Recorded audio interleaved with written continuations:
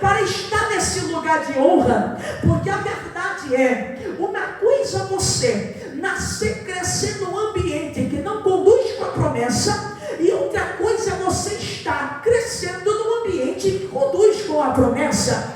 Eu dou glória porque eu estou pregando para alguém que talvez no lar que você cresceu, no lar que você amadureceu, não tinha nada consentido com a palavra que Deus liberou, mas eu dou glória porque um dia ele lhe encontrou, mudou o ambiente, mas ele não mudou a promessa que ele liberou. A Bíblia vai dizer que Ofni e Finéias, filhos de sacerdote, a linhagem sacerdotal, eles sabiam que não tinha como dar errado, eles também seriam sacerdote, colocariam esse cargo sobre eles, e então executariam esse cargo perante Deus e perante o povo. A Bíblia diz que eles vão ser levantados, e quando eles chegaram nesse lugar de honra, eles chegaram com toda facilidade. Então, por chegar no lugar de honra com facilidade, eles tiveram dificuldade de temer a palavra que o céu tinha liberado. Porque o problema de gente que chega em lugar de honra com facilidades e ajuda da terra, ele tem dificuldade de saber honrar onde Deus o coloca. A verdade é que toda pessoa que é levantada por ajudas, por barganhas da terra, tem dificuldade, porque quando chega, ele não sabe temer a Deus, ele não sabe honrar Deus, e começa a menosprezar quem está próximo. Só que eu dou glória porque eu estou pregando para alguém que está entendendo que a vida, ela não é um elevador, ela não é a escada que você vai para o primeiro degrau e ela vai subindo consigo, não. Entendeu que a vida é um processo, e esse processo é como uma escada normal. Você vai caminhando um degrau acima e você vai indo até chegar no lugar desejado. Eu tenho uma palavra do céu para liberar para a tua vida nessa terça-feira, e a palavra é: quando Deus colocar você no lugar que Ele prometeu,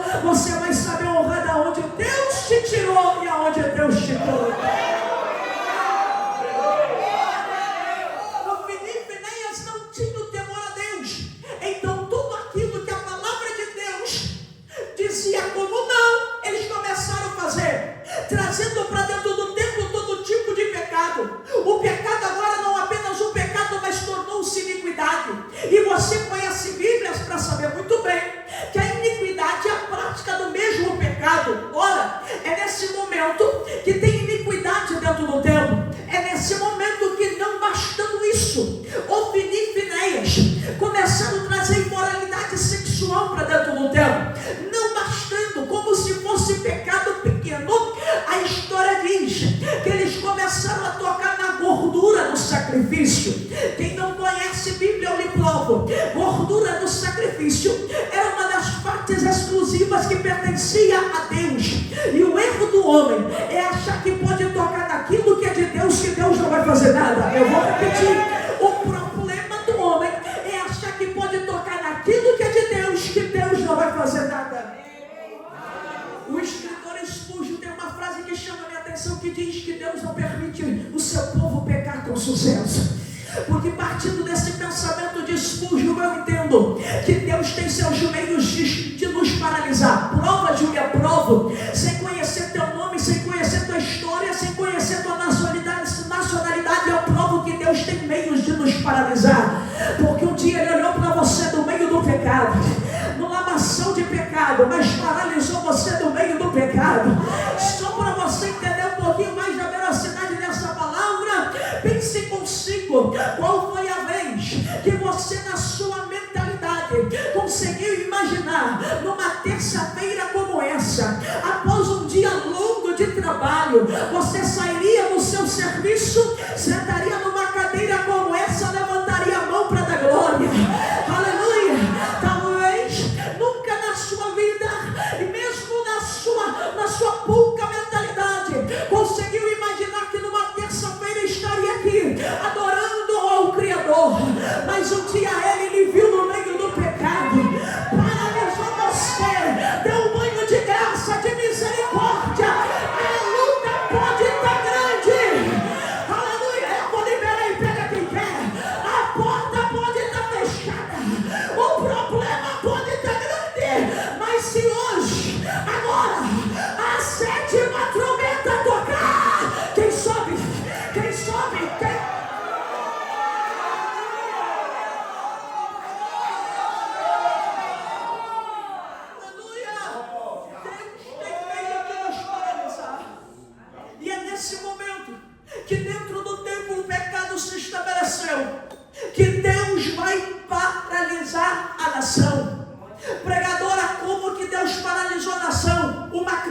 espiritual toma conta da nação.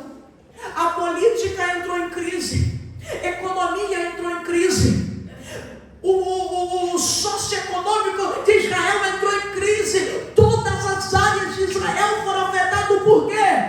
Porque o pecado estava dentro do templo. Olha aí. Pregador, e quem é que poderia mudar essa situação? Deus? Não. Era o povo.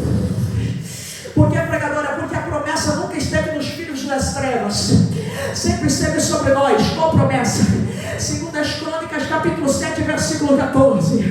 E se o meu povo, que se chama pelo meu nome, se humilhar e orar e buscar a minha face e se converter dos seus maus caminhos, então eu ouvirei dos céus, perdoarei os seus pecados e sararei a sua terra. O salmo trouxe aqui para dizer: é hora de voltar para a oração, é hora de voltar.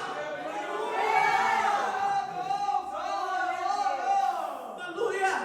Pregador, a nação está assim por causa de partido A, de B e de C. Você precisa entender, é que nós fracassamos na oração. Pregadora, por que a nação brasileira está passando por essa situação? É apenas por quem está no poder? Um pouco é, mas porque a igreja fracassou na oração. Que a promessa nunca esteve sobre eles, sempre foi sobre nós. É nesse momento que Deus vai permitir a crise. E entenda que quem não tem visão do céu acha que o momento da crise é o momento de perder o equilíbrio. Quem não tem visão do céu acha que é crise, é o momento de se preocupar. Mas todo momento de crise, na verdade, é para alinhar propósito do céu com o propósito da terra. Eu vou repetir, porque o Senhor ministrou no meu coração e o pastor falou aqui, então é de Deus. Tempo de crise é tempo de alinhar propósito divino na vida de quem está na terra. Deus me trouxe para dizer, é no tempo de crise, é no tempo de aperto, que é um propósito de Deus do céu sendo estabelecido e sendo alinhado na sua vida agora. Israel está em crise, a nação do todo está em crise. Aí Júlia, vejo Deus olhando e dizendo: Israel tem crise, tem pecado no templo, mas ali na frente eu vou levantar alguém para trazer um avivamento. Aleluia! Aleluia! Glória a Deus! Aí eu imagino Deus olhando assim, dizendo: se ali na frente eu vou levantar alguém para trazer um avivamento, então para gerar avivamento, e o avivamento vai gerar mudança em Israel, então para gerar avivamento e mudança eu tenho que procurar em quem está orando na terra. Aleluia! Eu vou ter que repetir o manto. Era Deus olhando e dizendo: ali na frente eu vou fazer gerar alguém, nascer alguém para trazer um avivamento. Só que avivamento não vem de quem não ora. Aleluia, eu não sei de fazer isso daqui, mas eu vou tomar um pouquinho de água aqui. Pergunta para quem está do teu lado aí, está orando? Está orando? Pergunta aí, pergunta com voz de profeta. Eu sei que tem uns que não perguntaram porque estão com medo até de responder, mas lá vai. Era Deus olhando para a terra. O contexto é mulheres que oram. E como nós, mulheres que não oravam, umas que levavam uma vida lá em casa, sabe? Às vezes eu vou, às vezes não vou, às vezes entrego, às vezes não entrego. E nós aqui. Deus vai olhar para todas. E sabe o que eu acho lindo? Que de todas as mulheres que tinha em Israel, ele olhou para uma mulher de oração, de entrega, e disse: é sobre ela que eu vou cumprir o meu propósito. Deus me trouxe nessa casa com uma resposta de oração para quem chegou aqui dizendo: pregadora, por que para mim que ora é mais difícil? Por que para mim que consagra é mais difícil? Por que para mim que obedece é mais difícil? Por que para mim que entrega é mais difícil? Por que para mim que estou aqui obedecendo é mais difícil? Por que quem não vem no culto hoje é tão fácil levar a vida que ele está levando? E para mim que estou aqui em obediência é mais difícil. É que Deus sabe a estrutura que você tem. Deus sabe a estrutura que você tem na vai. Projeto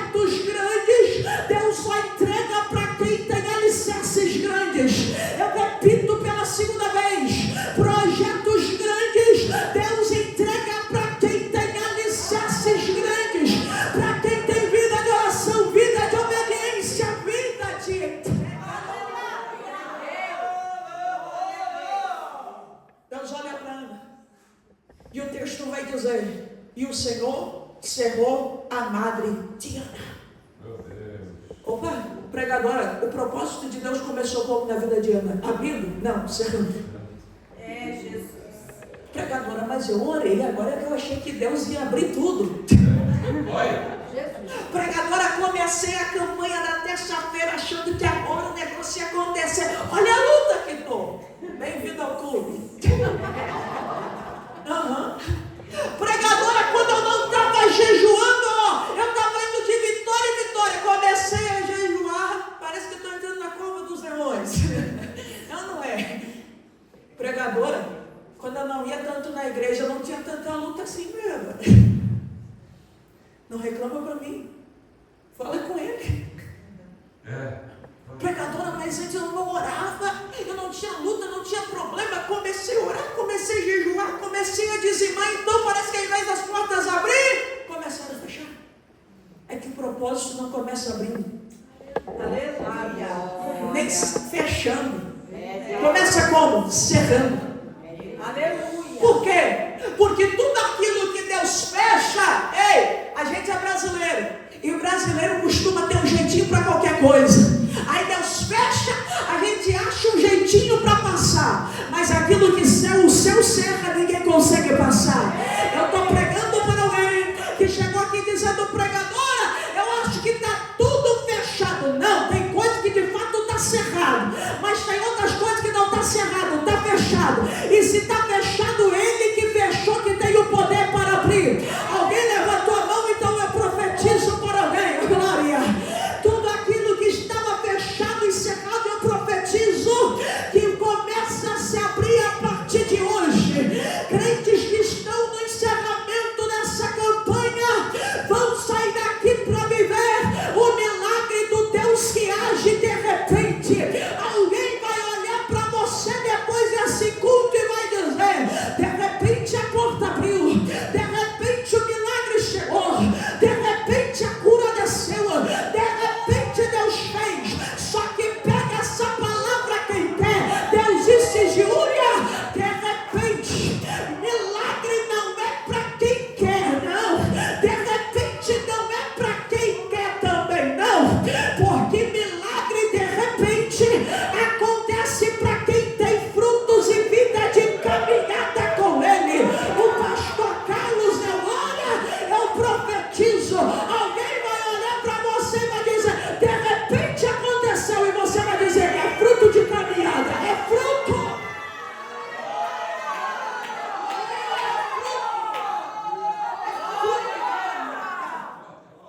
Meu Deus, como eu creio. Glória. Aleluia. Oh, Senhor. Alguém vai olhar e vai dizer: mas de repente aconteceu. Não, é fruto de caminhada. É que quem fica falando às vezes não entende e não vê a caminhada de renúncia que você tem com Deus. Eu cheguei aqui, normalmente eu chego cedo. Quando eu cheguei, eu estava lá atrás orando. Eu vi as mulheres aqui orando, eu vi a pastora aqui orando, eu vi o povo, eu estava orando aqui. Acredito que era 7h30. O povo já estava aqui em oração. Quando eu também cheguei ali, fui orar. E o que é isso, pregadora? É que todo esse grupo que está aqui não estava no início. E o que é isso, pregadora? É que quando nós começamos a colher, tem gente que olha e diz: mas parece que foi tão fácil. Só que não sabe o fruto de caminhada que você está plantando, que vai chegar no final. Aleluia. A Bíblia diz que o Senhor cerrou. Isso daqui eu acho interessante demais. Por quê? Porque Ana vai ter que entender que ela nasceu preparada para gerar. E o propósito de Deus vem na vida dela para cerrar, para fechar tudo, para ela não gerar milagre. Então, Ana está entendendo que o que está sobre a vida dela não é um problema, é um propósito. Aleluia. Qual é a diferença entre problema e propósito? Porque a psicologia diz que quando nós temos 5 problemas, nós temos que olhar somente para um problema. A psicologia diz que nós temos que olhar para cima daquele problema e ir para cima. Porque quando a gente vai para cima, resolve, Aí dá uma descarga de hormônio tão grande que a gente consegue ter energia para resolver os 4 problemas que ficou. É verdade. Então a psicologia diz que se eu tenho um problema, eu vou para cima. E por que Ana não foi para cima? É que ela entendeu que ela não tinha um problema. Problema, eu vou para cima. E propósito, eu recuo e vou para os joelhos. Aleluia, lá vai. Problema, eu resolvo do céu para baixo com a mente humana. E propósito, do céu para cima, e quem resolve é Ele. Eu estou pregando para alguém que está encerrando a campanha dizendo: o advogado não resolveu, o juiz não resolveu, o homem da terra não resolveu. Sim, se fosse problema, uma caneta resolveria tudo. E por que não resolveu? Porque aquilo que está sobre a tua vida não é problema, é propósito. E propósito, quem opera é Ele, quem age é Ele, quem trabalha é Ele, quem entra para fazer. Já tem gente com 2 mãos erguidas. A Ele aqui está passando, não é problema, é processo. E processo Ele aqui não recua, não fica indo para frente, não. Vamos para o joelho, vamos para o joelho, vamos para o joelho.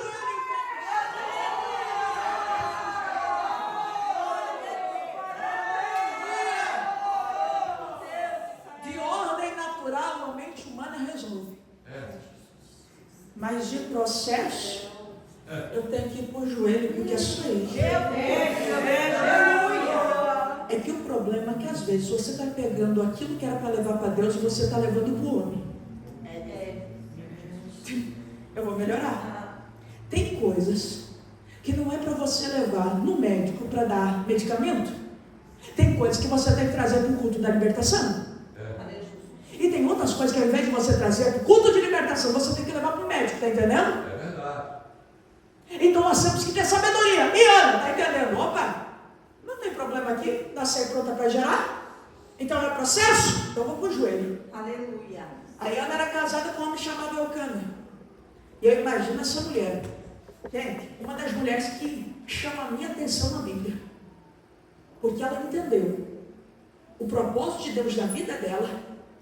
E ela é casada com um homem que o significado do nome dele é protegido por Deus. Não entendi, pregadora? É que Ana não estava apenas olhando para aquilo que ela queria gerar. Mas ela estava entendendo que havia uma proteção sobre a vida dela e sobre a casa. É que o problema é que muitas das vezes a gente só fica olhando para o resultado. E esquece que além do resultado tem que ter a proteção. E quem não tem a proteção só tem o resultado. Gera hoje e morre amanhã. Entendeu? Eu vou repetir uma. Tem gente que só fica olhando para o resultado. Só quer milagre, só quer milagre. Mas aí gera hoje e morre amanhã. Só que Ana está entendendo. Eu posso não gerar hoje. Eu posso não frutificar hoje. Mas a minha casa está debaixo da proteção deles. Eu não estou pregando para alguém que chegou no ano de 2026 e está dizendo: Júlia, já é dia 2 de junho.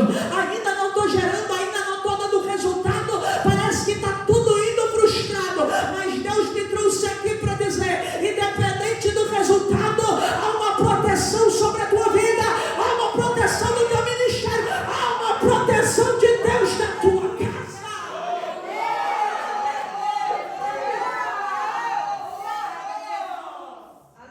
Milagres gerados sem proteção divina têm pouca durabilidade. Ministérios que são gerados para mostrar sem proteção tem pouca durabilidade. Toda a vida que é gerado milagres só para mostrar resultado, tem que mostrar. É a ânsia de mostrar. Não tem muita durabilidade. Mas tudo aquilo que é gerado debaixo da proteção de Deus. Aleluia. Não entendi, pregadora é que o milagre que você vai viver nessa campanha não é apenas para esse mês, não é apenas para esse ano. Está pegando o manto aí? Aleluia. A irmã já pegou a mão da outra ali, então eu profetizo pela glória. E o milagre que está sendo gerado nessa campanha não é para essa semana, não é apenas para esse mês, também não é apenas para esse ano, não. Não é para terminar a campanha dizendo: 7 terça-feira Deus fez, mas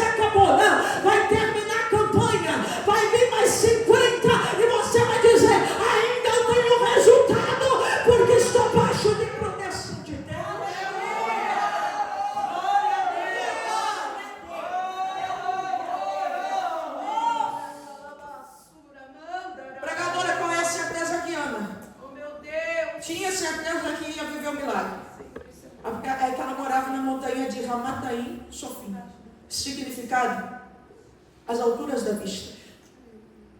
Não entendi, pregadora. Ana está vivendo um tempo da impossibilidade. Só que no ambiente que ela está, ela sabe. Aleluia. É que o problema é que tem gente que permite o ambiente ditar aquilo que ele vai viver. Eu vou repetir.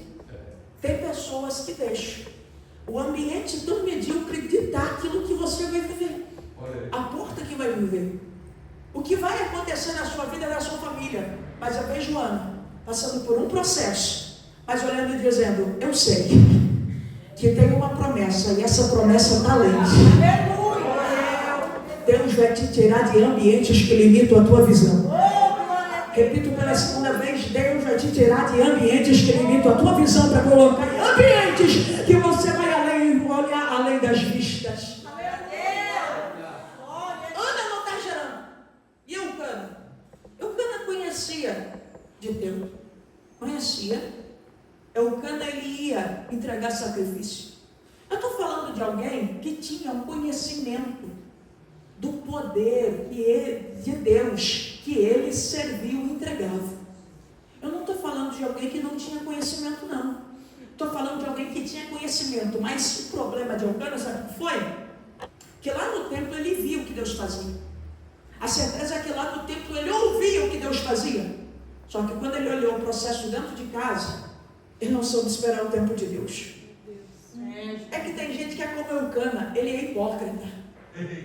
Como assim, pregadora? É fácil falar para alguém, mas é difícil para passar. Porque a coisa, e ele está falando, porque a coisa mais fácil que tem é você olhar para alguém e dizer, oi irmã, é um processo, viu? Aguente. Oi irmã, você tem que orar. Mas na sua vez. É fácil dizer não, vai passar, mas e quando é na sua? Eucana sabia, mas quando ele olhou a situação dentro de casa, ele não vai saber esperar o tempo de Deus. E quem não espera o tempo de Deus, ele desce. Porque ele desceu para o propósito do homem. O propósito do homem pode trazer uma segunda para gerar, porque a família não pode terminar. A segunda, que era da vontade do homem, que nunca foi a vontade de Deus, vai vir e alguém vai falar, que Penina, uma mulher que alguém até vai criticar, mas hoje eu vou defendê-la. Porque Penina, o significado de Penina é pérola. Ou seja, essa mulher nasceu para gerar preciosidade.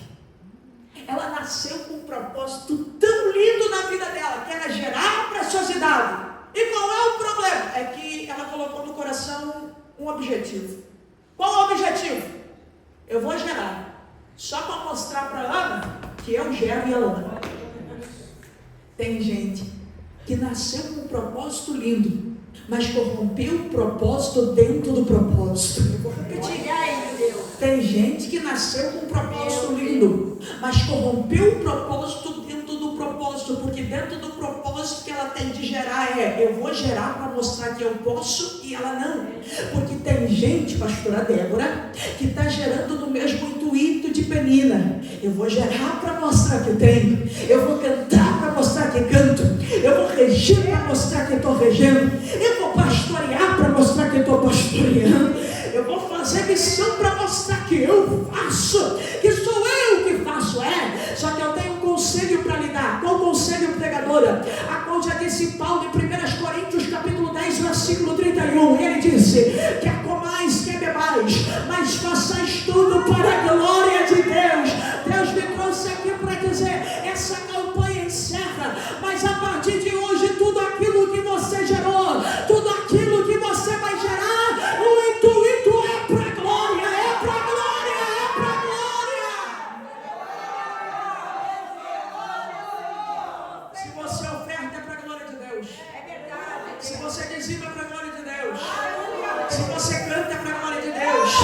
Se você prega, é para a glória de Deus. Se profetiza, é para a glória de Deus. Se tem empresa, é para a glória de Deus. Se é CNT, é para a glória de Deus. Independente, é para a glória. É para a glória.